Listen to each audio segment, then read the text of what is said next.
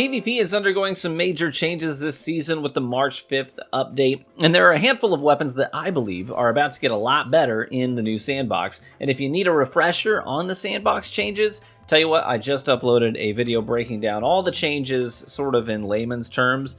So if you want to know how your PvP experience is about to change, but you don't want a ton of like graphs and percentages, just sort of the highlights, then feel free to check that video out. But in this video, we're talking about weapons specifically that are about to get better. So let's dive into the list.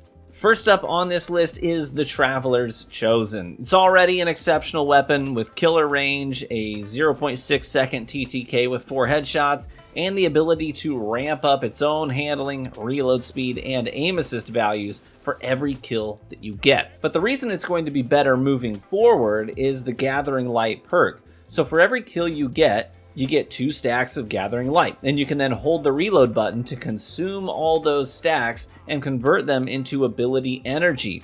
But that energy is not a flat rate. It's a percentage of your cooldown. And the cooldowns are getting longer by 15%, so that means ability uptime is getting hit.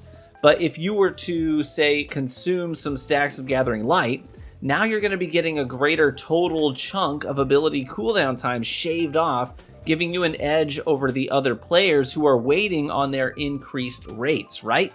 People are already sleeping on this thing. Just today, I had 51 final blows with it in one game. No, not total defeats, mind you.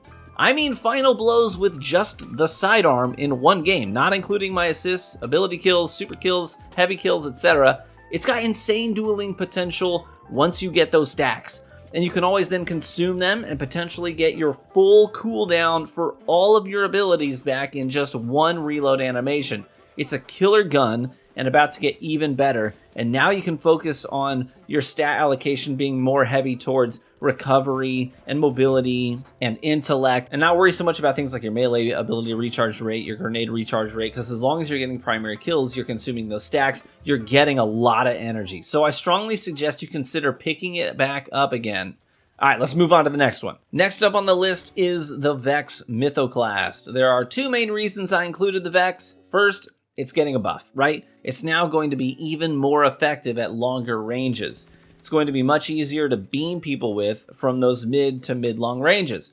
So that alone is going to make it a contender, considering you're probably going to be seeing more 120 hand cannons and pulse rifles moving forward. The second reason is that special ammo is getting a massive nerf to its total uptime in PvP. So generally speaking, you're going to need to get like 4 kills before you get special ammo.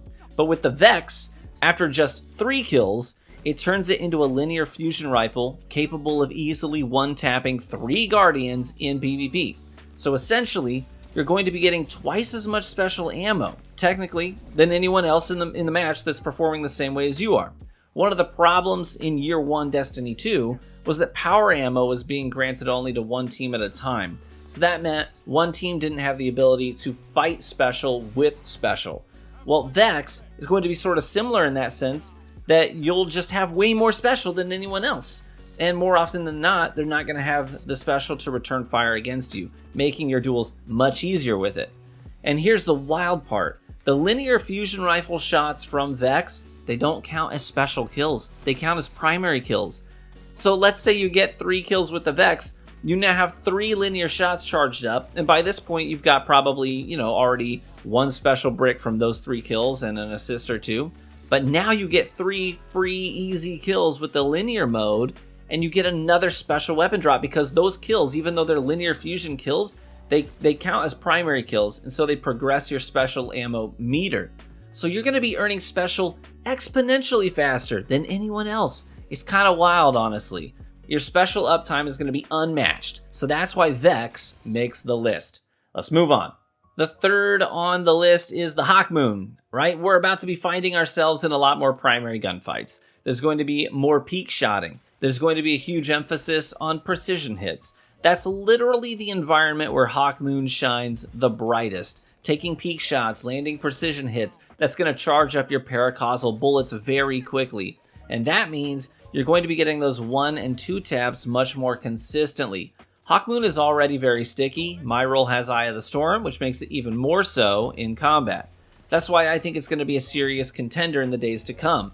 If you're landing your primary precision hits like you're supposed to, then this gun is going to reward you for that in a way that no other primary does. Hit the head and make them dead. That's the Hawkmoon way. That paracausal bullet is going to laugh in the face of the player health buff. It'll chew through overshields too. So it might be time to warm up your Hawkmoon shot because this thing is about to go even harder this season than ever before.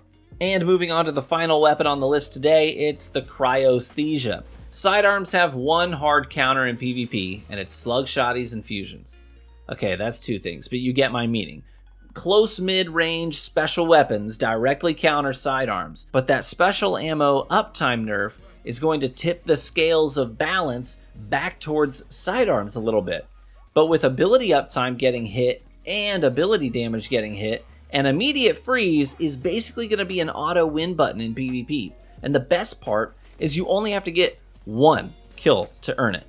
Getting that one kill will be easier without shotguns and fusions to stop you. Now you can endlessly chain the freeze bullet by freezing and then shooting them to death with the sidearm to charge another freezing bullet over and over and over. You can easily see how in a sandbox with less special and fewer abilities, this just became a much more valuable weapon in your arsenal. So get that stasis build up and running and abuse the heck out of it. And there you have it. Those are the 4 exotic weapons I think will be a lot more lethal in the coming sandbox changes. Let me know what weapons you think are going to get better too and why.